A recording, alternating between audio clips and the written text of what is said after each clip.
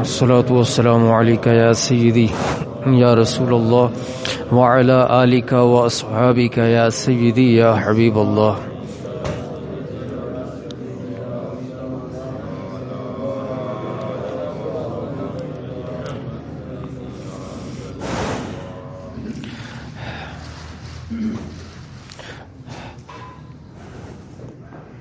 بسم الله الرحمن الرحيم.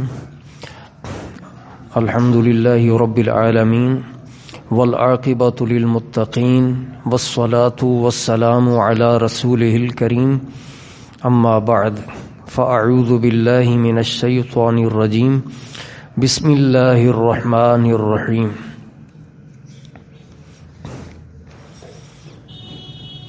والأنعام خلقها لكم فيها دفء ومنافع ومنها تأكلون ولكم فيها جمال حين تريحون وحين تسرحون وتحمل أثقالكم إلى بلد لم تكونوا بالغيه إلا بشق الأنفس إن ربكم لرؤوف رحيم.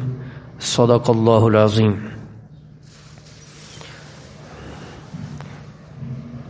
حضرات محترم، گزشتہ درس قرآن میں نے الرحمن اور الرحیم ان دو کے حوالے سے اللہ پاک کے یہ صفاتی نام ہیں، یہ ذکر کیا تھا کہ اللہ رب العزت کے یہ دونوں نام رحمان بھی اور رحیم بھی، اس کا مادہ اور اصل وہ ایک ہے، را حا میم. اسی میں سے رحمان لفظ بنا ہے اور اسی میں سے ہی رحیم کا لفظ بنا ہے. اور ان میں اگرچہ مادہ اشتقاق دونوں کا ایک ہے اور اصلی حروف دونوں اللہ رب العزت کے صفاتی نام کے وہ ایک ہی ہیں، اصل ایک ہے، لیکن معنوی اطلاقات وہ الگ الگ ہیں. دو معنوں کا میں نے ذکر کیا تھا. ایک تو یہ کہ اللہ رب العزت کا یہ جو اس صفاتی نام ہے الرحمن، یہ اللہ رب العزت کی صفتی رحمت کا ظہور ہے کہ اللہ رب العزت کی ذات میں یہ وصف پایا جاتا ہے کہ وہ رحمت ہے. اللہ پاک کی ذات کے اندر یہ خوبی اور یہ صفت پائی جاتی ہے کہ وہ رحمت ہے. اور الرحیم سے مراد کہ اللہ رب العزت کی رحمت کا فعلی صادر ہونا، فعل کا صادر ہونا، یعنی اللہ رب العزت کی ذات سے جو فعل صادر ہو، جو وہ کام کرے، وہ کام رحمت والا ہے، اس کام کے اندر رحمت ہی رحمت ہے. ایک معنوی اطلاق یہ میں نے ذکر کیا تھا، الگ الگ ہے. اور دوسرا یہ ذکر کیا تھا کہ الرحمن سے مراد عموم رحمت ہے، عموم رحمت، اور الرحیم سے مراد خصوص رحمت ہے. اللہ پاک کی رحمت کا خاص ہونا یہ رحیم کا معنی ہے، اور الرحمن کا معنی ہے اللہ کی رحمت کا عام ہونا، یعنی کمیت کے اعتبار سے، تعداد کے لحاظ سے عام ہونا، کہ یہ ہر کافر، ہر مشرک، ہر مومن، ہر مخلص، ہر منافق، ہر یہودی، عیسائی، ہر کسی کو اللہ رب العزت کی رحمت سے نوازا جا رہا ہے، اور اللہ رب العزت کی رحمت سب کو مل رہی ہے.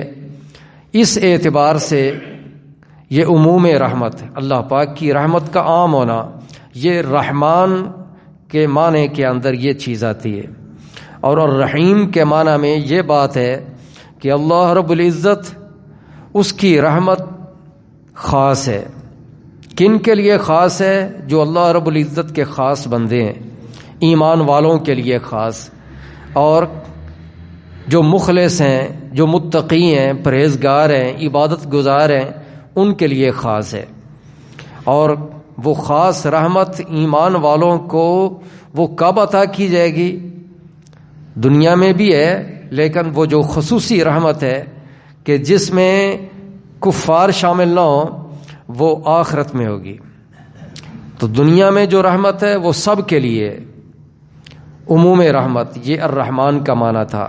یعنی الرحمن الرحیم کا معنی یہ بنتا ہے کہ دنیا میں بھی رحمت فرمانے والا بہت زیادہ اور آخرت میں بھی بہت زیادہ رحمت فرمانے والا، دنیا میں ہر کسی کو اپنی رحمت سے نواز دینے والا، کوئی بھی ہو، کوئی مانے نہ مانے، عبادت کرے نہ کرے، اور آخرت میں اللہ رب العزت رحیم ہے، یعنی اللہ رب العزت ایمان والوں پر اپنی خاص رحمتیں وہ عطا کرے گا، نوازے گا اپنی خاص رحمتوں سے۔ یہ دو معنی میں نے گزشتہ درس میں ذکر کیے تھے۔ اب تیسرا معنی آج کے درس میں وہ ذکر کیا جائے گا، وہ یہ ہے کہ الرحمن کا لفظ جو ہے یہ رحمت کی مختلف انواع ہیں، قسمیں ہیں۔ رحمت کی ساری قسموں کو یہ لفظ اللہ پاک کا صفاتی نام یہ سب کو شامل ہے۔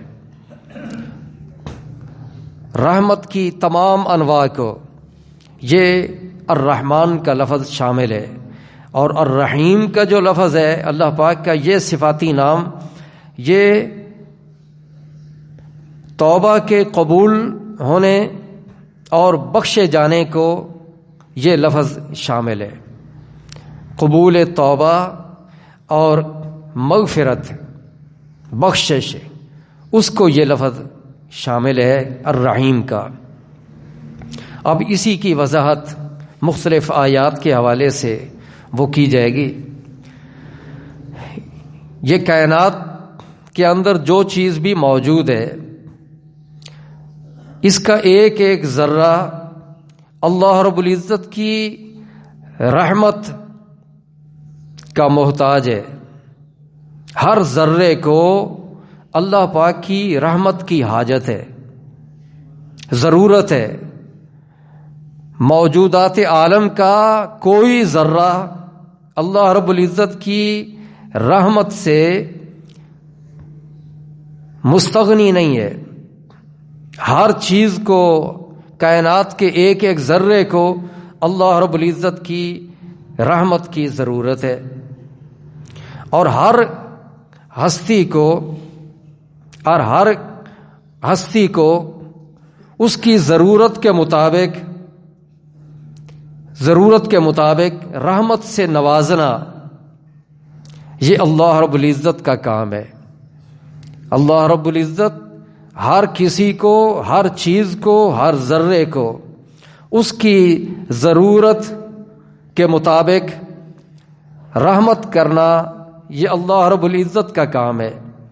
ہر کسی کی ضرورت کو پورا کرنا، اس کو رحمت کہتے ہیں۔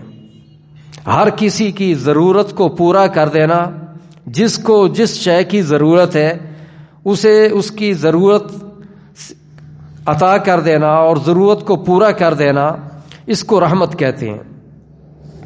اب مخلوقات کی ضرورتیں مختلف ہیں، ہر کسی کی ضرورت الگ الگ ہے۔ کسی کو کسی وقت کسی شے کی ضرورت ہوتی ہے، اور کسی کو کسی وقت میں کسی اور شے کی ضرورت ہوتی ہے۔ ایک ہی چیز ہر وقت اس کو ایک ہی شے کی ضرورت نہیں ہوتی، کبھی کسی شے کی ضرورت ہے، کبھی کسی شے کی ضرورت ہے۔ جس طرح یہ ضرورتیں مختلف ہیں، اسی طرح رحمت کی نوعیت بھی مختلف ہے۔ رحمت کی نوعیت بھی الگ الگ ہے۔ ضرورت کو پورا کرنا یہ ہے رحمت، اور جب ضرورتیں مختلف ہیں تو پھر ان ضرورتوں کو پورا کرنا، اس کی بھی مختلف شکلیں ہیں، مختلف نوعیتیں ہیں۔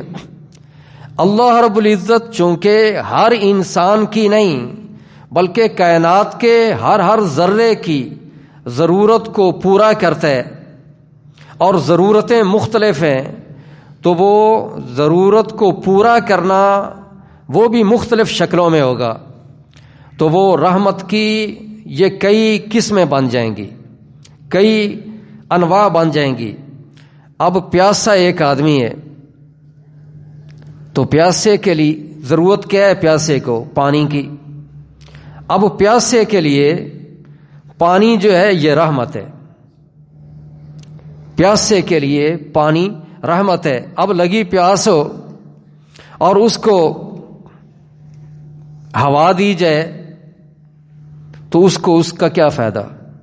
اس کے لیے آگ کو جلا دیا جائے سامنے تو اس کو کیا فائدہ؟ اس کی ضرورت تو پوری نہیں ہو رہی۔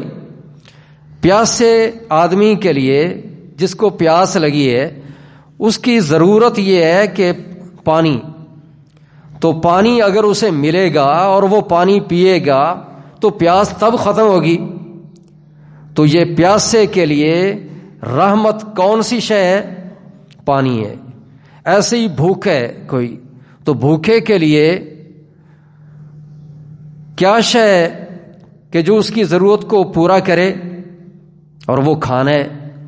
تو کھانا جو ہے یہ بھوکے کے لیے رحمت ہے، ضرورت کو پورا کر دینا۔ جو شے ضرورت کو پورا کر دے اسے رحمت کہتے ہیں۔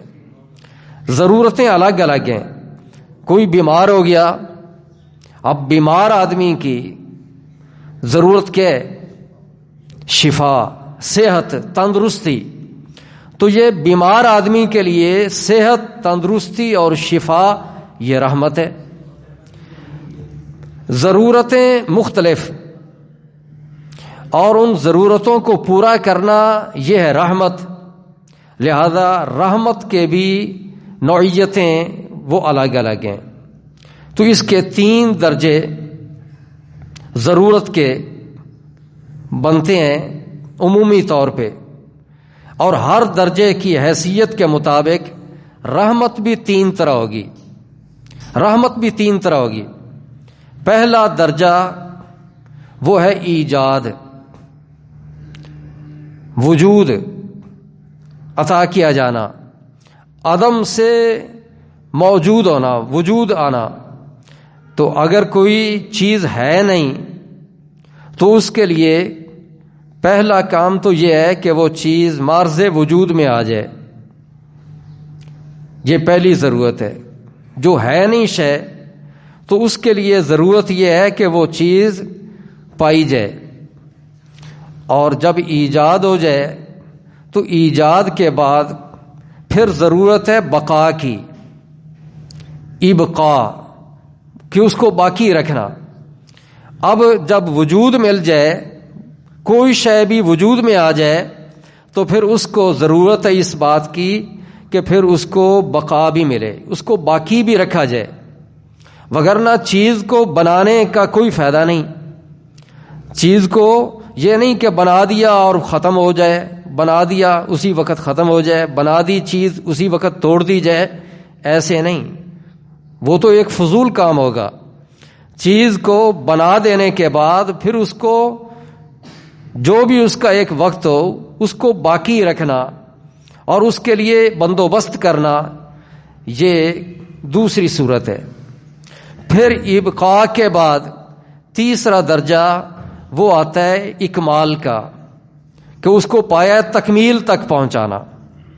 صرف وجود کا مل جانا کافی نہیں، پیدا ہو جانا کافی نہیں، پیدا ہونے کے بعد پھر زندہ رہنا یہ کافی نہیں، بلکہ اصل مقصود یہ ہے کہ جس شے کو بنایا گیا اور کچھ وقت کے لیے اسے رکھا گیا، اس چیز کو پائے تکمیل تک پہنچا دیا جائے، وہ کمال کو پہنچ جائے، کمال کو پہنچ جائے۔ اگر کمال کو وہ چیز نہیں پہنچ رہی تو پھر اس شے کے نہ وجود کا فائدہ نہ اس چیز کی بقا کا فائدہ۔ کتنے ایسے لوگ کافر ہیں اور برے لوگ ہیں، وہ کام کیے جا رہے ہیں تو ان کی زندگی کا مقصد ہی فوت ہو گیا۔ اللہ رب العزت بھی فرماتا ہے قرآن مجید میں، ما خلقت الجن والانس الا لیعبدون، میں نے انسان اور جن کو پیدا نہیں کیا مگر اس لیے کہ وہ میری عبادت کریں، بندگی کریں۔ جو بندہ اللہ رب العزت کی بندگی کرے گا، عبادت کرے گا، اطاعت کرے گا، فرما برداری کرے گا، اس کے روحانی مقام جو ہے وہ بلند سے بلند ہوتا جائے گا اور اس کو عظمت ملے گی، شرف ملے گا۔ تو اصل کمال کو حاصل کرنا ہے، لیکن اس کمال کو پانے کے لیے پہلے ضرورتیں ہیں ان چیزوں کی بھی، کہ اگر وہ چیز نہیں ہے تو اس کو وجود ملے، اور اگر وجود مل گیا ہے تو پھر اس کو بقا بھی ملے، کچھ مہلت بھی ملے، کچھ زندگی اور کچھ وقت بھی ملے کہ وہ کچھ کر سکے۔ اگر وقت ہی نہیں ملے گا تو وہ کیا کرے گا؟ تو یہ تین چیزیں عام طور پہ اس کی ضرورت پیش آتی ہے۔ کائنات کے اندر جو چیزیں ہیں ان میں یہ تین درجے ہیں، ایک عدم سے وجود، دوسرا وجود کی بقا، اور تیسرا کہ بقا کے ساتھ پھر کمال بھی ہو۔ تو اللہ رب العزت کی جو رحمت ہے، اس رحمت کی بھی یہ تین پھر شکلیں بنتی ہیں۔ ایک اللہ رب العزت کی ابقائی رحمت کا صادر ہونا، عدم سے وجود میں لانے کی یہ ایک جو رحمت ہے، اس کا ظہور۔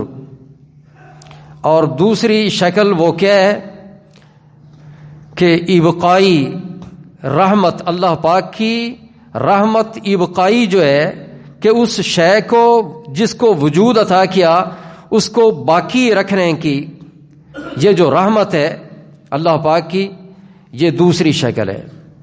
اور تیسری شکل یہ کہ جس کو اللہ رب العزت نے وجود عطا کیا، پھر اللہ رب العزت نے اپنی رحمت سے اسے بقا عطا کی، اللہ رب العزت پھر اپنی رحمت سے اس کو پھر کمال بھی عطا فرماتے ہیں، کمال بھی عطا فرماتے ہیں، اور وہ پایا تکمیل تک چیز پہنچ جاتی ہے۔ یہ تین چیزیں ترتیب کے ساتھ اللہ رب العزت کی رحمت کی یہ مختلف شکلیں ہیں۔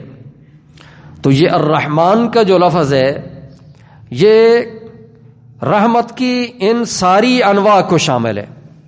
رحمان کے اندر یہ ساری شکلیں آ جاتی ہیں۔ عدم سے وجود بھی وہ عطا کرتا ہے، وہ رحمان ہے۔ وہ جس کو وجود عطا کر دے، وجود عطا کرنے کے بعد اس کی بقا کا بھی انتظام فرماتا ہے، یہ بھی اللہ پاک کی رحمت ہے۔ رحمان کا لفظ وہ اس بات کی طرف بھی اشارہ کرتا ہے۔ اور پھر اللہ پاک کمال عطا کرتا ہے، یہ بھی رحمان اللہ رب العزت کا جو صفاتی نام ہے وہ اس کی طرف اشارہ کرتا ہے۔ اللہ رب العزت نے اپنی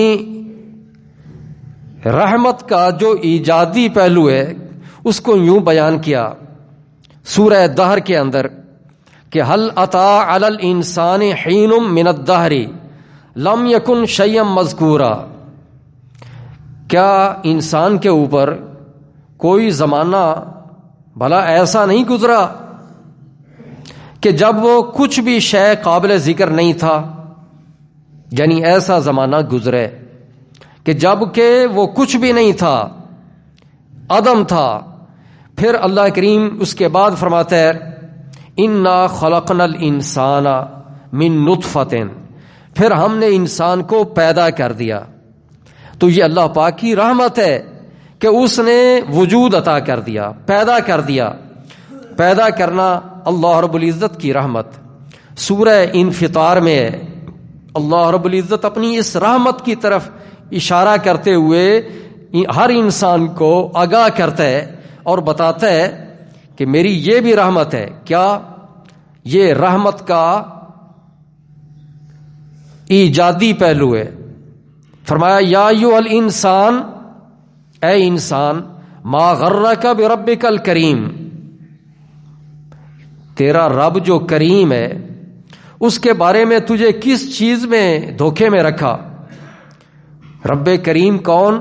فرمایا الذی خلقک فسواک فعدلک فی ای صورت ما شاء رکبک، کہ جس نے تجھ کو پیدا کیا، خلقک، یہ اللہ پاک اپنی رحمت بتا رہا ہے کہ میں نے تجھ کو اپنی رحمت سے کب سے نوازا. یہ پہلا پہلو اللہ کریم بتا رہا ہے کہ میں نے تجھے پیدا کیا. اے انسان تجھ کو پیدا کیا. غور کر کہ میں تو اس وقت سے تجھ پہ رحمتیں کر رہا ہوں جب تو پہلے تھا ہی نہیں, اور اپنی رحمت سے میں نے تجھ کو پیدا کر دیا. اور پیدا بھی کیسے کیا؟ خوبصورت پیدا کیا. خلقہ کا فسوا کا, تیرے اعضاء کو ٹھیک ٹھیک بنایا. فعدل کا فی ای صورت ما شاء رکبک, جس شکل میں اس نے چاہا تجھے مرکب کر دیا, تجھے جوڑ دیا اور تجھے تیری ترکیب بنا دی. تو اللہ رب العزت اپنی اس رحمت کے پہلو کو بھی قرآن مجید کے اندر کئی مقامات پہ بیان کرتے ہیں. انسان کو اللہ رب العزت نے وجود کا لباس پہنا دیا. جس طرح اللہ رب العزت نے انسان کو یہ وجود کی خلقت عطا کی ہے, اسی طرح انسان کے علاوہ باقی مخلوق اس کو بھی اللہ پاک نے ہی وجود عطا کیا ہے. صرف انسان کی بات نہیں, جو شے بھی موجود ہے, جس کو بھی وجود ملا, اللہ رب العزت نے ہی اس کو وجود عطا کیا ہے. یہ اللہ پاک کی ہر چیز پہ رحمت ہے کہ جس کو بھی پیدا کیا ہے, جو بھی شے مارز وجود میں آئی ہے, وہ اللہ پاک کی رحمت سے مارز وجود میں آئی ہے. یہ اللہ رب العزت کی ایجادی رحمت کا پہلو ہے, اور یہ رحمت بھی عام ہے, محدود نہیں, کہ جو بھی شے کائنات کے اندر ہے ہر چیز کو اللہ رب العزت نے پیدا کیا. سورہ طٰہٰ میں اللہ رب العزت فرماتا ہے حضرت موسیٰ علیہ السلام کی بات کرتے ہوئے کہ حضرت موسیٰ علیہ السلام نے فرعون کو یہ کہا, فرمایا کہ ربنا الذی اعطى كل شيء خلقه ثم هدى, کہ ہمارا رب وہ ہے کہ جس نے ہر شے کو پیدا کیا, جس نے ہر شے کو اس کی تخلیق عطا کی, اس کی بناوٹ ہر شے کو عطا کی, ہر شے کو اس کا وجود عطا کیا, اور پھر رہنمائی بھی کی, اس کو اللہ پاک نے راستے بھی دکھائے. تو اللہ رب العزت نے انسان کو صرف نہیں بلکہ کائنات کی ہر شے کو وجود عطا کیا, اور جس شے کو بھی وجود عطا کیا وہ رب کی رحمت سے ہی اسے وجود ملے. یہ اللہ پاک کی رحمت ہے. الرحمن کے لفظ سے ایک پہلو یہ بھی نکلتا ہے, کیونکہ الرحمن کا ابتدا میں نے کہا مانوی اطلاق وہ یہ ہے کہ رحمت کی ساری انواع کو یہ شامل ہے. تو ایک نوع رحمت کی وہ یہ ہے ایجادی پہلو, یہ بھی رحمت کا ایک پہلو ہے کہ وجود عطا کر دینا. پھر اللہ رب العزت کی رحمت کا دوسرا پہلو وہ ہے ابقائی, کہ اس کو پھر بقا عطا کرنا. کچھ وقت کے لیے اللہ رب العزت پھر اس وجود کو قائم رکھے. صرف پیدا نہیں کر لیا بلکہ پیدا کرنے کے بعد پھر اس کو کچھ وقت کے لیے اس کو زندہ رکھنا, برقرار رکھنا, یہ ہے ابقائی پہلو. اللہ رب العزت کی رحمت کا یہ پہلو وہ بھی ہر کوئی دیکھتا ہے کہ یہ نہیں کہ ہر شے اللہ پاک جو بھی پیدا فرما رہے ہے وہ پیدا ہوتی ہی ختم ہو جا رہی ہو, بلکہ ہر ایک کا ایک وقت مقرر ہے, اور اس وقت تک کے لیے اللہ رب العزت نے جس شے کو پیدا کیا اس شے کو باقی رکھتا ہے. یہ اللہ پاک کی رحمت ہی سے اس کو بقا مل رہی ہے. ہر شے کہ جس کو رب نے وجود عطا کیا اپنی رحمت سے, وہ اللہ پاک کی رحمت سے ہی وہ اپنے وقت تک کے لیے وہ برقرار ہے. اللہ رب العزت جس طرح عدم سے وجود میں آنا, ہر شے کا عدم سے وجود میں آنا اللہ رب العزت کی ایجادی رحمت کا محتاج تھا, وجود کا باقی رہنا یہ اللہ پاک کی ابقائی رحمت کا محتاج ہے. اور اللہ رب العزت کی ذات وہ رحمان ہے، اور ذات رحمان نے، اس نام نے، جس کا یہ نام ہے رحمان، اس نے ہر ایک شے کو اس غرض سے پیدا کیا ہے کہ وہ انسانی بقا کی ضرورتوں کو پورا کرنے میں مصروف رہے. جس شے کو بھی پیدا کیا ہے، کیوں پیدا کیا ہے؟ تاکہ انسان کی بقا کی جو ضرورت ہے اس ضرورت کو وہ شے اس کی بندوبست کر دے. ہر انسان کی بقا کے لیے اللہ پاک نے ہر شے کو پیدا کیا. یہ جتنا بھی نظام زمین کے، زمین بھی اور زمین کے اندر جو کچھ ہے، ہر شے اللہ رب العزت نے وہ کیوں پیدا کیے؟ انسان کے لیے پیدا کیے. اللہ رب العزت نے ہر شے کو، زمین کی ہر شے کو پیدا کیا انسان کی بقا کی ضرورتوں کو پورا کرنے کے لیے، اور زمین کی ہر شے وہ انسان کی ضرورت کو پورا کر رہی ہے.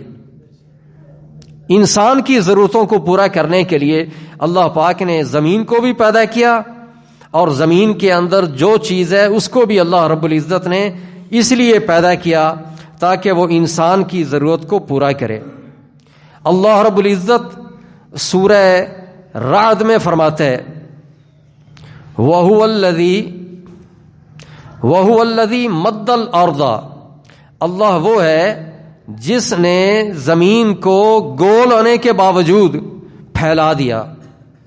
ویسے تو زمین یہ گولائی میں ہے، لیکن اللہ رب العزت نے اس کو پھیلا دیا اس طرح کہ جب ہم چلتے ہیں تو ہمارے لیے وہ، چونکہ یہ چھوٹی سی زمین تو نہیں، یہ خطہ، یہ زمین چونکہ بڑی وسیع ہے تو اس کو اللہ پاک نے پھیلا دیا. اگر ویسے کوئی شے گول ہو تو اس کے اندر کوئی چلے تو وہ گرنے کا امکان ہوتا ہے، لیکن اللہ پاک نے اس کو اتنا پھیلا دیا، زمین کو اتنا پھیلا دیا کہ اب اس کے اوپر ہم دوڑ بھی رہے ہیں، چل رہے ہیں اور یہ اپنا کاروبار کر رہے ہیں. تو اللہ کریم کی یہ خاص رحمت ہے کہ اللہ پاک فرماتا ہے وَهُوَ الَّذِي مَدَّ الْأَرْضَ، اللہ نے زمین کو پھیلا دیا. وَجَعَلَ فِيهَا رَوَاسِيَ وَأَنْهَارًا، اور پھر زمین میں اللہ پاک نے پہاڑ بھی رکھ دیے اور دریا اور نہریں بھی جاری کر دیے. نہریں، دریا، سمندر یہ رب نے بنا دیے.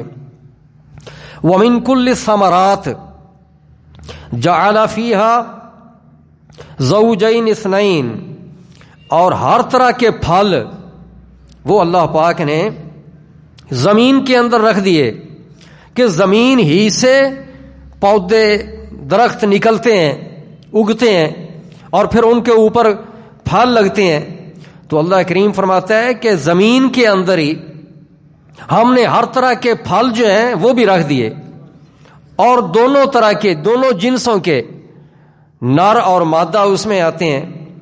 اور اللہ کریم فرماتا ہے ان فی ذالک لآیات لقوم یتفکرون، بے شک اس میں ضرور قدرت کی نشانیاں موجود ہیں ان لوگوں کے لیے جو غور و فکر کرتے ہیں کہ رب نے انسان کی بقا کے لیے،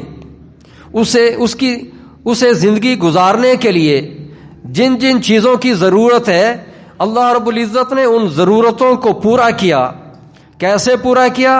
کہ یہ زمین کو بنایا انسانی بقا کی ضرورتوں کو پورا کرنے کے لیے تاکہ وہ باقی رہ سکے، زندگی گزار سکے. اور اللہ رب العزت نے پھر اس سے اگلی آیت میں یہ بھی فرمایا وَفِي الْأَرْضِ قِطَعٌ مُتَجَاوِرَاتٌ، کہ زمین میں کئی طرح کے ٹکڑے ہیں، حصے ہیں.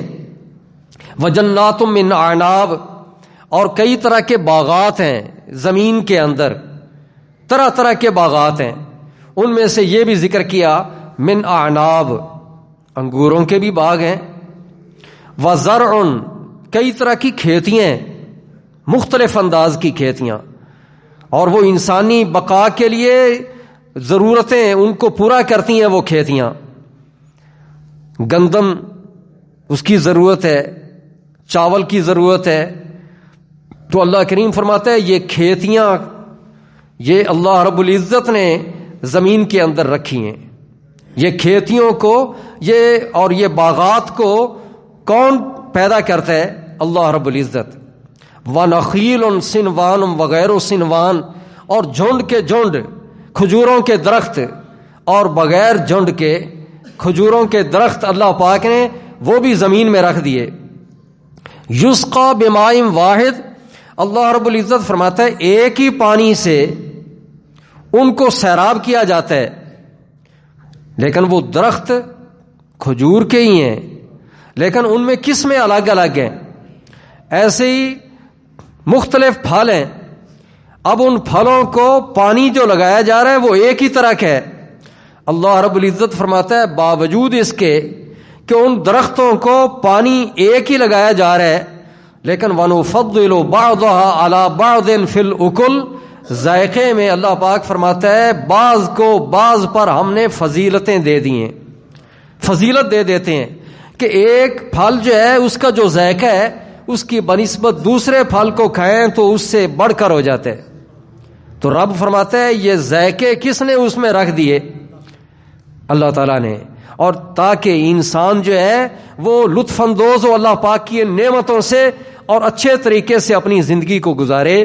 انسان کی زندگی کو بقا عطا کرنے کے لیے اور انسان کو زندہ رکھنے کے لیے اور اس کی ضرورتوں کو پورا کرنے کے لیے اللہ رب العزت نے یہ ساری چیزیں پیدا کی. اور فرما ان فی ذالک لآیات لقوم یعقلون، بے شک اس میں ضرور قدرت کی نشانیاں موجود ہیں ایسے لوگوں کے لیے جو عقل مند ہیں، جو کچھ سمجھتے ہیں. اور پھر یہ تو تفصیل کے ساتھ اللہ پاک نے یہ ذکر کیا زمین کی چیزوں کا کہ اللہ پاک نے یہ انسان کی بقا کے لیے ان چیزوں کو پیدا فرمایا. اور اللہ رب العزت نے 8ویں پارہ کے اندر سورہ اعراف میں اختصار کے ساتھ بات کو یوں کیا، فرمایا وَلَقَدْ مَكَّنَّاكُمْ فِي الْأَرْضِ وَجَعَلْنَا لَكُمْ فِيهَا مَعَائِشَ قَلِيلًا مَا تَشْكُرُونَ، ہم نے تم کو زمین میں کنٹرول دے دیا، قدرت دے دی، تصرف دے دیا کہ تم زمین پہ جیسے چاہو تصرف کر لو. ہل بھی چلا لیتے ہو، زمین کی وہ مٹی کو نیچے اوپر بھی کر لیتے ہو، اور پھر اس کے اوپر کئی مختلف اپنی مرضی کی چیزیں بھی بنا لیتے ہو. جو چیزیں چاہو وہ بیج ڈال کے وہ اللہ پاک اس کو اگا دیتے ہیں. تو یہ اللہ پاک فرماتا ہے ہم نے تم کو زمین میں کنٹرول دے دیا ہے. وَجَعَلْنَا لَكُمْ فِيهَا مَعَائِشَ، اور ہم نے تمہارے لیے زمین کے اندر رکھ دیے تاکہ تم زندگی گزار سکو. زمین کے اندر تمہاری زندگی گزارنے کے اسباب پیدا کر دیے. فرمایا تم بہت ہی اللہ کا شکر کم ادا کرتے ہو، اللہ کا شکر تم بہت ہی کم ادا کرتے ہو. اللہ پاک نے تو تمہاری زندگی کے لیے، تمہاری بقا کے لیے یہ طرح طرح کی چیزیں اللہ پاک نے بنا دی ہیں اور تمہیں کنٹرول عطا کر دیے. اللہ رب العزت نے اسی طرح سمندر کو پیدا کیا، اور جو کچھ سمندر کے اندر ہے اس کو اللہ رب العزت نے پیدا کیا انسانی بقا کے لیے. اللہ رب العزت سورہ نحل میں فرماتا ہے 14ویں پارہ میں اللہ رب العزت ارشاد فرماتا ہے وَهُوَ الَّذِي سَخَّرَ الْبَحْرَ، کہ اللہ وہ ہے جس نے تمہارے لیے دریا کو اور سمندر کو مسخر کر دیا. اللہ رب العزت نے تمہارے لیے دریا کو مسخر کر دیا. کیسے مسخر کر دیا؟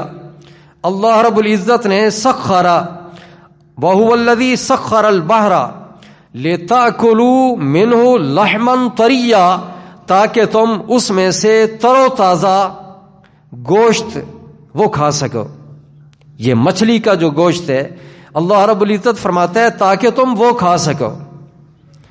تو یہ بھی انسانی بقا کے لیے اللہ رب العزت نے مچھلیوں کو پیدا کیا، پھر ان کو خوراک بنایا انسان کی، کہ انسان وہ کھا سکتا ہے، کھانے کی اجازت اللہ رب العزت نے دی، پیدا بھی اس نے کیا اور پھر کھانے کی اجازت بھی دی۔ اور فرمایا وَتَسْتَخْرِجُوا مِنْهُ حِلْيَةً تَلْبَسُونَهَا، اور زمین یہ سمندر کو اللہ پاک نے مسخر کر دیا، پہلے تو فرمایا تاکہ تم اس میں سے تر و تازہ گوشت کھاؤ، اور فرمایا اور تاکہ تم سمندر سے نکالو زیور جسے تم پہنو، موتی اور طرح طرح کے قیمتی جواہر، تاکہ اس میں سے تم وہ بھی نکال لو۔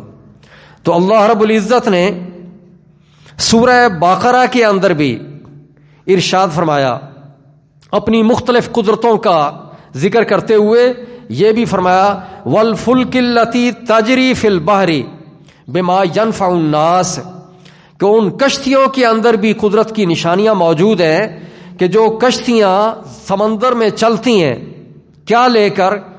وہ چیزیں لے کر کہ جس سے لوگوں کو نفع پہنچے، لوگوں کو نفع دینے والی چیزیں، وہ کشتیاں سمندر کے اندر، یہ جو جہاز ہیں یہ وزنی چیزیں اٹھا کے سمندر کے اندر لے جاتی ہیں، ایک جگہ سے دوسری جگہ منتقل کر دیتی ہیں۔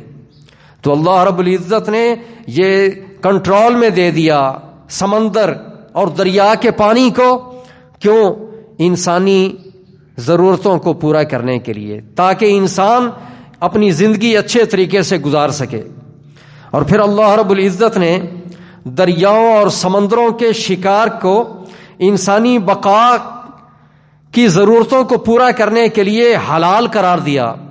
اللہ رب العزت نے سورہ مائدہ میں ارشاد فرمایا احل لکم صید البحر وطعامہ متاعا لکم وللسیارۃ، کہ تمہارے لیے دریا اور سمندر کے شکار کو حلال کر دیا گیا، حلال کر دیا گیا۔ کیوں حلال کر دیا گیا؟ متاعا لکم وللسیارہ، تمہارے لیے اور جو مسافر ہیں ان کے فائدے کے لیے۔ مسافر سفر میں ہیں، وہ مچھلی کا شکار کریں اور مچھلی کا گوشت پکائیں اور وہ کھائیں۔ اور صرف مسافروں کی بات ہی نہیں، جو مقیم ہیں ان کے لیے بھی ہے۔ تو اللہ رب العزت نے دیکھو یہ مچھلیاں پیدا کی انسانوں کے لیے اور ان کو پھر حلال قرار دے دیا۔ فرمایا احل لکم صید البحر وطعامہ، کہ وہ شکار کرنا بھی حلال کر دیا گیا اور سمندری اس شکار کو کھانا بھی حلال کر دیا گیا، تمہارے فائدے کے لیے اور مسافروں کے فائدے کے لیے۔ اللہ رب العزت نے مختلف حیوانات، مویشی اور یہ چوپائے وغیرہ، یہ بھی اللہ رب العزت نے انسانی بقا کے لیے اللہ پاک نے سب کو پیدا کیا۔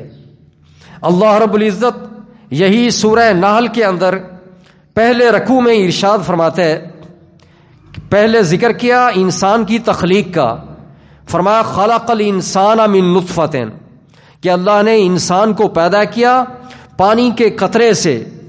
یہ بیان کر کے اگلی آیت کے اندر اللہ رب العزت انسان کی وجود کی بقا کے لیے جن چیزوں کی ضرورت ہے ان میں سے چند چیزوں کا اللہ پاک نے ذکر کیا۔ فرمایا کہ والانعام خلقها لکم، کہ یہ جو مویشی ہیں، جانور ہیں، اللہ پاک نے یہ بھی تمہارے لیے پیدا کیے۔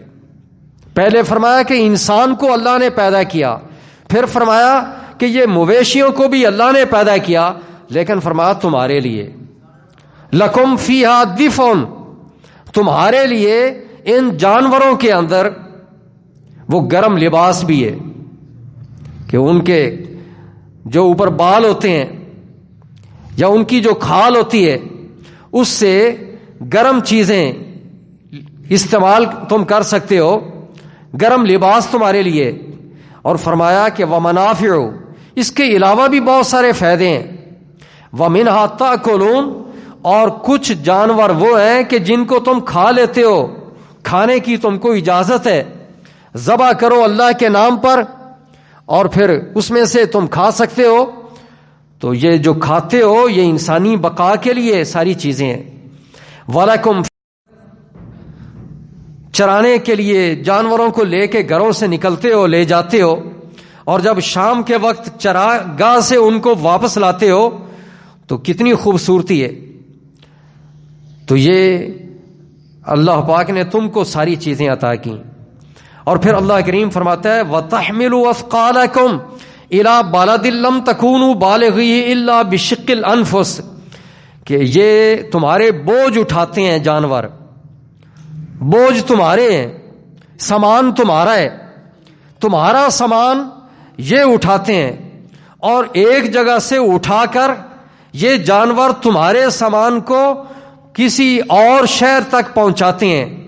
ایسے شہر تک پہنچاتے ہیں کہ خود اگر تم کو اٹھانا پڑ جائے تو کتنی دقت ہو، لیکن وہ تمہاری دقت نہیں، تمہیں تکلیف میں مبتلا نہیں کیا جا رہا. تمہارے لیے رب نے جانور پیدا کر دیے اور وہ سامان اپنا تم جانوروں پہ لاتے ہو، اور وہ تمہارا سامان جانور اٹھا کے وہ دوسری جگہ پر پہنچا دیتے ہیں. اور اللہ کریم فرماتے ہیں ان ربکم لرؤوف الرحیم، بے شک تمہارا رب بڑا رؤوف ہے، رحیم ہے. والخیل والبغال والحمیر لترکبوها وزینا، یہ گھوڑے، خچر، گدھے یہ اللہ پاک نے پیدا کیے تاکہ یہ تمہاری سواری کے کام ہے، ان پر تم سوار ہو جاؤ. تمہاری سواری کے لیے اللہ پاک نے یہ بھی پیدا کیے. وَيَخْلُقُ مَا لَا تَعْلَمُونَ، اور وہ پیدا کرتا ہے وہ کچھ بھی جو تم نہیں جانتے ہو.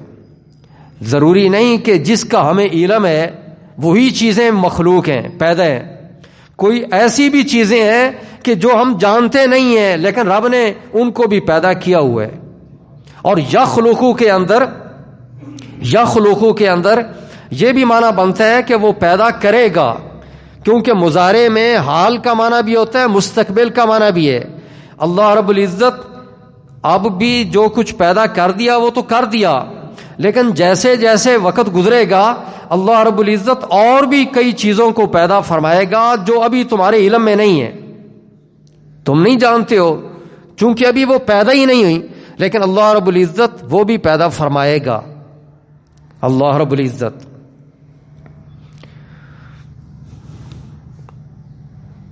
ابھی رات کو میں ایک جگہ پہ پڑھ رہا تھا کہ آذربائیجان کے اندر ایک پھول ایسا ہے کہ جب اذان ہوتی ہے تو اذان کے سنتے ہی وہ پھول جو ہے کھل جاتا ہے، پھول کھل جاتے ہیں، اور جب اذان ختم ہوتی ہے تو وہ آپس میں سکڑ جاتے ہیں. یہ قدرت کا کرشمہ ہے، پہلے یہ چیز نہیں تھی. اس طرح کی اور مختلف چیزیں تو ہیں لیکن یہ چیز اس کا اب ظہور ہوا. اللہ رب العزت فرماتا ہے یخلق ما لا تعلمون، جو تم نہیں جانتے ہو اللہ رب العزت وہ بھی پیدا فرماتے ہیں. ایسے ہی اللہ رب العزت یہی سورہ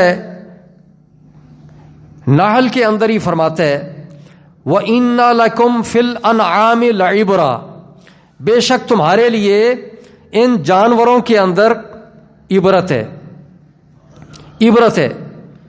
نسقیکم مما فی بطونہ من بین فرث ودم لبنا خالصا سائغا للشاربین، کہ ہم اس کے پیٹوں کے اندر جو کچھ ہے پیٹوں میں سے نکال کے، ایک طرف گوبر اور ایک طرف خون، اس کے درمیان میں سے نکال کے ہم تم کو خالص دودھ وہ پلا دیتے ہیں. تو یہ بھی انسانی بقا کے لیے، انسان کو زندہ رہنے کے لیے جن چیزوں کی ضرورت ہے اللہ رب العزت وہ ضرورتیں پوری فرماتے ہیں مختلف شکلوں میں. جانوروں کو پیدا کر کے، زمین کو پیدا کر کے، اس کے اندر مختلف چیزوں کو پیدا کر کے، سمندر اور دریا کے پانی اور اس کے اندر چیزوں کو پیدا کر کے اللہ رب العزت انسانی وجود کی بقا کی ضرورتوں کو پورا فرما رہے. اور پھر اللہ رب العزت اسی سورہ مبارکہ کے اندر یہ بھی ارشاد فرماتے ہیں واللہ جعل لکم من بیوتکم سکنا، اللہ وہ ہے جس نے تمہارے لیے تمہارے گھروں کے اندر مستقل وہ رہنے کا سامان بنا دیا، تمہارے لیے گھر بنا دیے، یعنی تم بناتے ہو گھر مستقل رہائش کے لیے، کہ تم زمین کے اوپر اپنے گھر بناتے ہو جن میں سکونت اختیار کرتے ہو اور وہاں پہ رہائش پذیر ہو۔ واللہ جعل لکم من بیوتکم سکنا، یہ اللہ پاک نے ہی تمہارے لیے یہ چیزیں بنائی ہیں۔ وجعل لکم من جلود الانعام بیوتا، اور اللہ رب العزت نے تمہارے لیے یہ جانوروں کی کھالوں سے گھر بنا دیے، جانوروں کی کھالوں سے، یعنی تم ان کھالوں سے یہ خیمے بنا لیتے ہو۔ فرمایا تستخفونہا، جن کو تم ہلکا جانتے ہو، وہ وزنی نہیں ہے۔ اب یہ پورے کا پورا مکان بنا کے آدمی اٹھا کے کسی دوسری جگہ لے جائے تو یہ تو بڑی مشکل ہے بات۔ اللہ رب العزت نے یہ بھی انتظام فرما دیا کہ اگر تم نے سفر پہ جانا ہے، وہاں پہ رہنا ہے کچھ وقت، تو اس کے لیے کیا کرنا ہے؟ تو فرمایا کہ یہ جانوروں کی کھالوں سے بھی اللہ پاک نے گھر بنا دیے تمہارے، یوم ظعنکم و یوم اقامتکم، اور وہ گھر جو یہ کھالوں سے تم بناؤ اور ٹھہرنے کے لیے، یہ اپنے سفر کے دوران بھی استعمال کر سکتے ہو اور اپنی اقامت کے دوران بھی، کسی جگہ پہ تم ٹھہرے ہو وہاں بھی استعمال کر سکتے ہو۔ وَمِنْ أَصْوَافِهَا وَأَوْبَارِهَا وَأَشْعَارِهَا أَثَاثًا وَمَتَاعًا إِلَىٰ حِينٍ، اور ان جانوروں کی یہ جو بھیڑوں بکریوں کے اوپر اون ہے اور ایسی گائے بھینس کے اوپر ہے، اونٹوں کے اوپر ہے، اللہ کریم فرماتا ہے ان سے بھی ایک وقت تک تمہارے گھر کے سامان وہ اللہ پاک نے بنا دیے ہیں۔ واللہ جعل لکم مما خلق ظلالا، اللہ رب العزت نے تمہارے لیے اپنی پیدا کی ہوئی چیزوں میں سے سائے بھی بنا دیے ہیں۔ کئی ایسی چیزیں ہیں کہ جو جب تم کو گرمی لگے، دھوپ لگے تو تم ان سے سایہ حاصل کر لیتے ہو۔ یہ درخت ہیں تو درختوں کا سایہ حاصل کر لیا جاتا ہے۔ اللہ رب العزت پھر ایسے ہی یہ شجر و حجر کو اللہ پاک نے پیدا کیا تو وہ بھی انسانی ضرورتوں کو پورا کرتے ہیں، یہ بھی اللہ پاک کی خاص رحمت ہے۔ سورہ یاسین میں اللہ رب العزت فرماتا ہے الذی جعل لکم من الشجر الاخضر نارا، اللہ وہ ہے جس نے تمہارے لیے سبز درخت سے آگ کو بنا دیا، کہ ہرا بھرا پہلے درخت ہے، پھر جب اس کو کاٹ لیتے ہیں وہ خشک ہو جاتے ہیں، جب لکڑیاں خشک ہو جائیں تو پھر ان کو جلایا جاتا ہے، اس سے آگ روشن ہوتی ہے، کئی طرح کے اس سے کام لیے جاتے ہیں۔ تو انسانی ضرورتوں کو پورا کرنے کے لیے یہ سارے کام ہو رہے ہیں۔ اللہ رب العزت یہ بھی فرماتا ہے یہی سورہ نحل میں وَجَعَلَ لَكُم مِّنَ الْجِبَالِ أَكْنَانًا، اللہ رب العزت نے تمہارے لیے یہ پہاڑوں سے محفوظ رہنے کی جگہیں بنا دیں، پہاڑوں کے اندر محفوظ رہنے کی جگہیں بھی بنا دیں، چھپنے کی جگہ بھی بنا دی۔ وَجَعَلَ لَكُمْ سَرَابِيلَ تَقِيكُمُ الْحَرَّ وَسَرَابِيلَ تَقِيكُمْ بَأْسَكُمْ، اور اللہ رب العزت نے تمہارے لیے گرمی سے بچاؤ کی چیزیں بھی اور جنگ کے دوران بچاؤ کی چیزیں بھی اللہ پاک نے تمہارے لیے پیدا کر دی ہیں۔ كَذَلِكَ يُتِمُّ نِعْمَتَهُ عَلَيْكُمْ، اسی طرح اللہ پاک اپنی نعمتیں تمہارے اوپر پوری فرما رہے۔ تو یہ اللہ پاک کی رحمتیں ہیں، وہ اپنی نعمتوں کو اس طرح پورا فرما رہے۔ اللہ رب العزت سورہ ابراہیم میں ارشاد فرماتا ہے کہ یہ جو سورج اور چاند ہے اور ان کے جو نظام ہے سورج چاند کا، رات اور دن کا، یہ بھی اللہ رب العزت نے انسان کی بقا کے لیے اللہ پاک نے ان کو بھی جاری کیے. اللہ رب العزت سورہ ابراہیم میں فرماتا ہے سخر لکم الشمس والقمر دائبین کہ اللہ رب العزت نے تمہارے لیے سورج اور چاند کو مسخر کر دیا ہے. یہ بھی ایک ڈھنگ سے ایک خاص طریقے کے مطابق چل رہے ہیں, اور اللہ پاک نے رات اور دن کو بھی تمہارے لیے مسخر کر دیا. آسمان ہو یا زمین, پوری کائنات کے اندر جو کچھ بھی ہے سارے کا سارا انسانی وجود کے لیے اللہ رب العزت کی رحمت بھی ہے اور نعمت بھی ہے. اور اللہ رب العزت نے ان ساری چیزوں کو پیدا کیا. کیوں پیدا کیا؟ تاکہ انسان اس سے فائدہ حاصل کرے. ان چیزوں سے انسان کو فائدہ حاصل ہو, تو انسان کے فائدے کے لیے اللہ رب العزت نے ہر شے کو پیدا کیا ہے. اللہ رب العزت سورہ لقمان میں ارشاد فرماتا ہے 21ویں پارہ میں اللہ رب العزت فرماتا ہے الم تروا ان اللہ سخر لکم ما فی السماوات و ما فی الارض, کیا تم نے غور نہیں کیا کہ بے شک اللہ نے تمہارے لیے ہر اس شے کو مسخر کر دیا جو آسمانوں میں ہے, جو زمین میں ہے.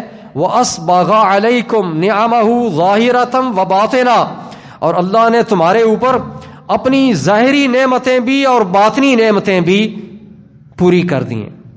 اللہ پاک نے ظاہری نعمتیں بھی اور باطنی نعمتیں بھی پوری فرما دی ہیں.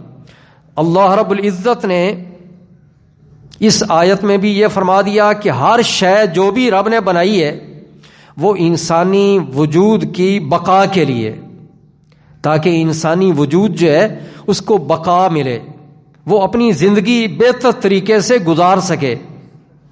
اور آخری پہلو وہ کیا تھا؟ اکمالی پہلو رحمت کا, اللہ پاک کی رحمت کا اکمالی پہلو. اکمالی پہلو کا کیا مطلب؟ کہ پہلے اللہ رب العزت نے انسان کو وجود عطا کیا اور وجود کی نعمت سے سرفراز کیا. یہ اللہ پاک کی ایجادی رحمت کا پہلو تھا. اور پھر اللہ پاک نے جب انسان کو وجود عطا کیا تو انسانی منفعت کی خاطر اللہ پاک نے یہ ہزاروں نظام یہ جاری کر دیے, وضع کر دیے, اور یہ ساری چیزیں بنا دی رب نے.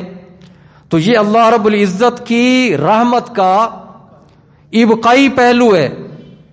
اور اس کے بعد پھر تیسرا پہلو وہ ہے اکمالی, اللہ پاک کی رحمت کا پہلو اکمالی. یہ بقا کے بغیر وجود جو ہوتا ہے اس کا کوئی مقصد ہی نہیں. اگر کوئی پیدا شے ہو اسی وقت ٹوٹ پھوٹ کا شکار ہو جائے تو اس کا تو کوئی فائدہ نہیں. بقا کے بغیر وجود کا کوئی مقصد نہیں ہے. اور اسی طرح بقا اگر ہے, زندگی مل جائے اور پھر کمال نصیب نہ ہو تو پھر اس بقا کا بھی کوئی فائدہ نہیں. بقا کا بھی کوئی فائدہ نہیں اگر کمال نہ ہو. یہ کمال اصل چیز کمال ہے, کمال اور عروج کا مل جانا, ترقی کا مل جانا. اور یہ چیزیں تو مختلف مرحلے ہیں کہ پہلے وجود ملے گا, پھر کچھ وقت وہ رہے گا. یہ ان مرحلوں سے گزریں گے تو پھر کمال نصیب ہوگا. تو اصل مقصد ہے کمال, اور وہ کمال جو ہے وہ کون عطا کرتا ہے؟ اللہ رب العزت عطا کرتا ہے. اللہ رب العزت کی یہ رحمت ہے کہ وہ کمال عطا کرتا ہے. اللہ رب العزت کمال عطا کرتا ہے. کیسے کمال عطا کرتا ہے؟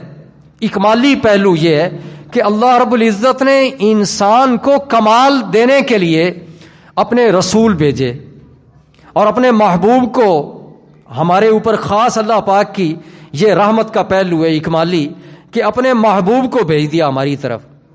اللہ رب العزت نے اپنے محبوب کو ہماری طرف کیوں بھیجا؟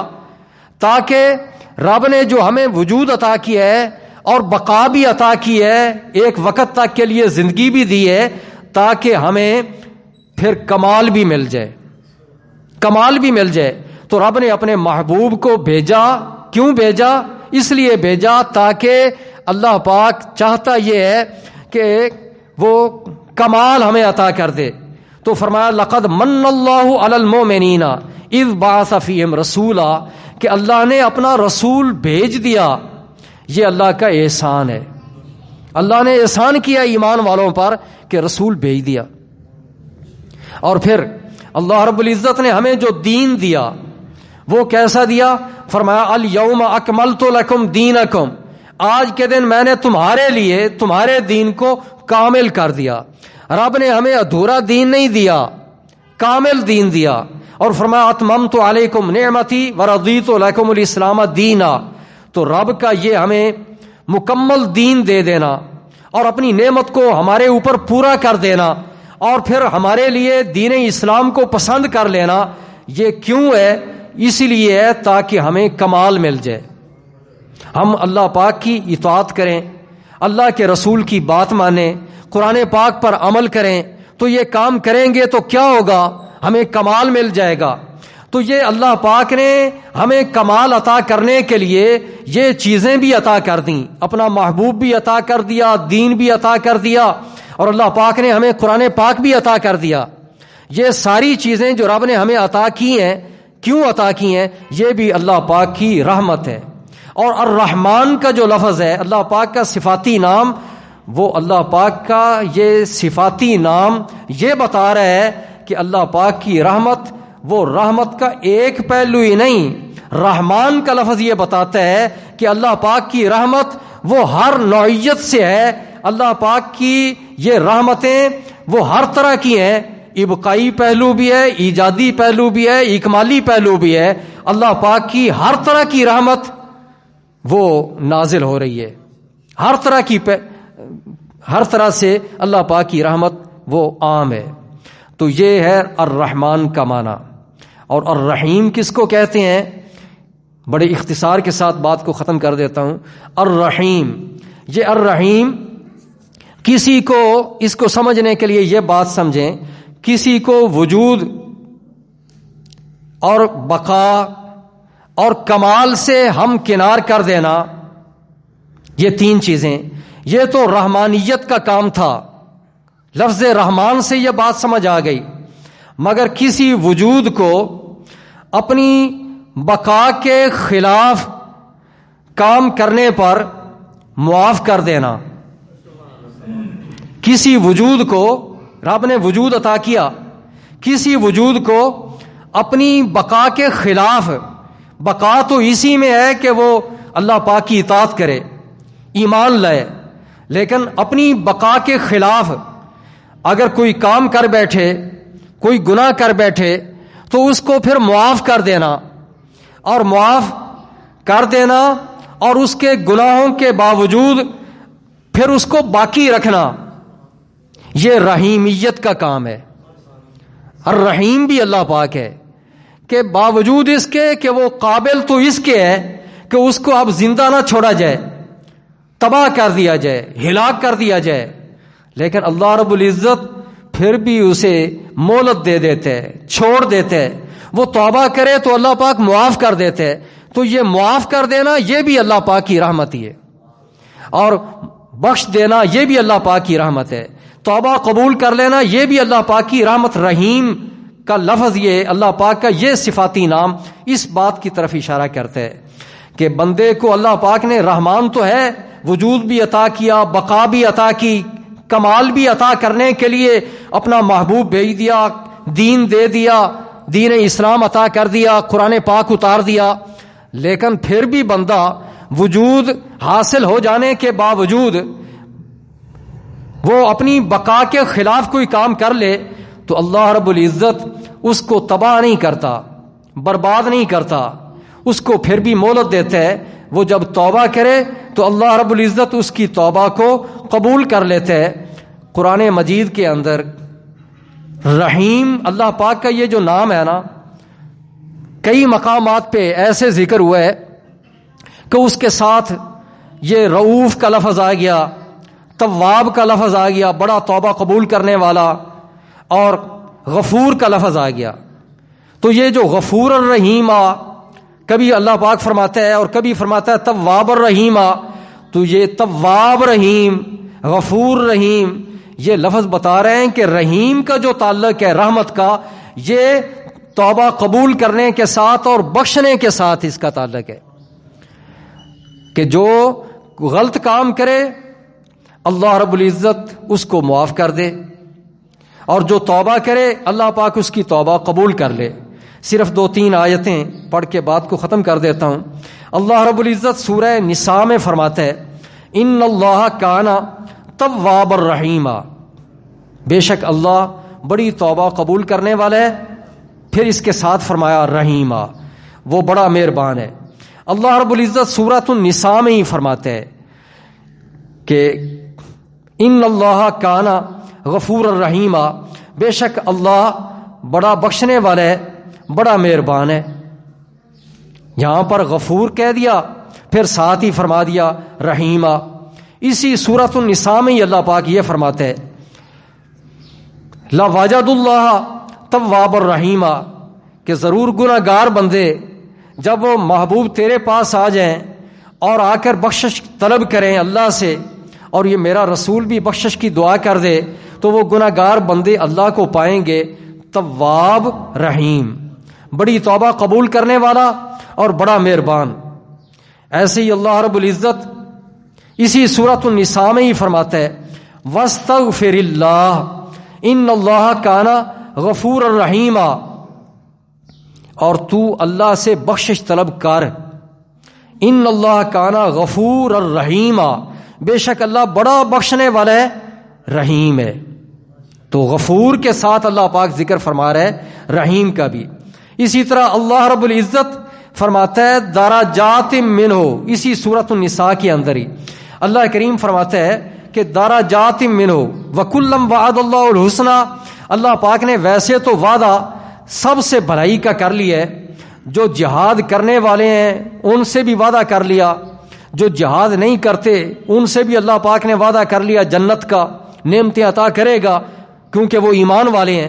لیکن فرمایا وفضل اللہ المجاہدین علی القاعدین اجرا عظیما درجات منہ ومغفرۃ ورحمہ وکان اللہ غفور الرحیم۔ اللہ رب العزت فرماتا ہے کہ اللہ نے مجاہدین کو نہ جہاد کرنے والوں پر اجر عظیم کی فضیلت دے دی ہے، کہ اللہ پاک جہاد کرنے والوں کو عظیم اجر عطا کرے گا اور ان کو کئی درجے اللہ پاک بلندی عطا کرے گا، وَمَغْفِرَةً وَرَحْمَةً، اور بخشش عطا کرے گا اور رحمت عطا کرے گا۔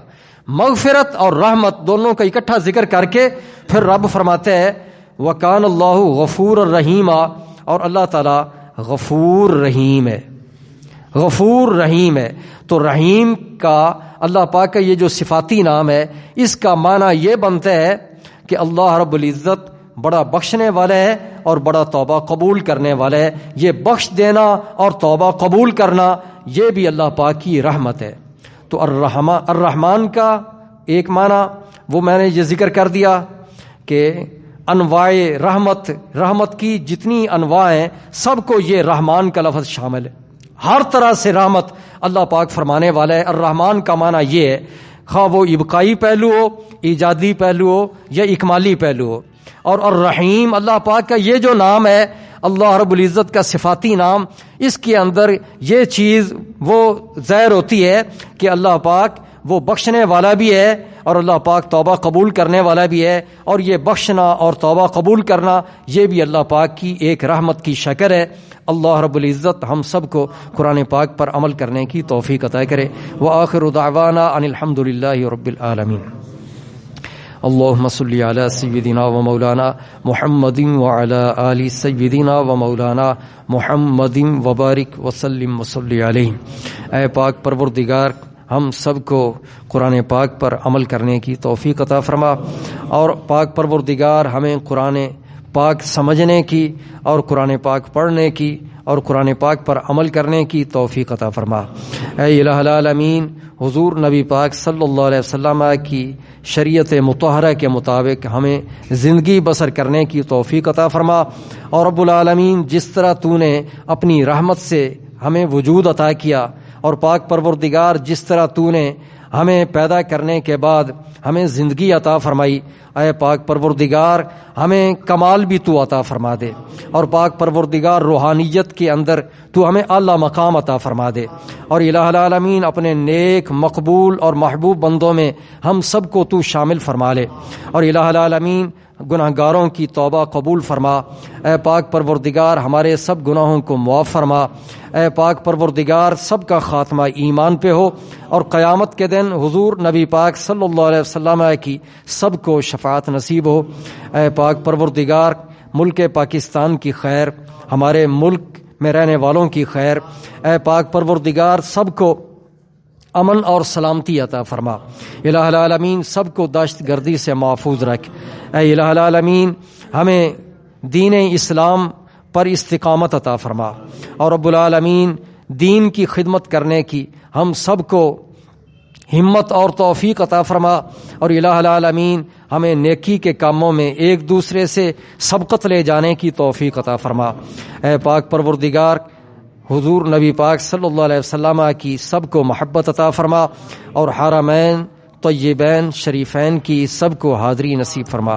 وصلی اللہ تعالی علی حبیبہ سیدنا محمد وآلہ وصحبہ اجمعین برحمتک یا ارحم الراحمین۔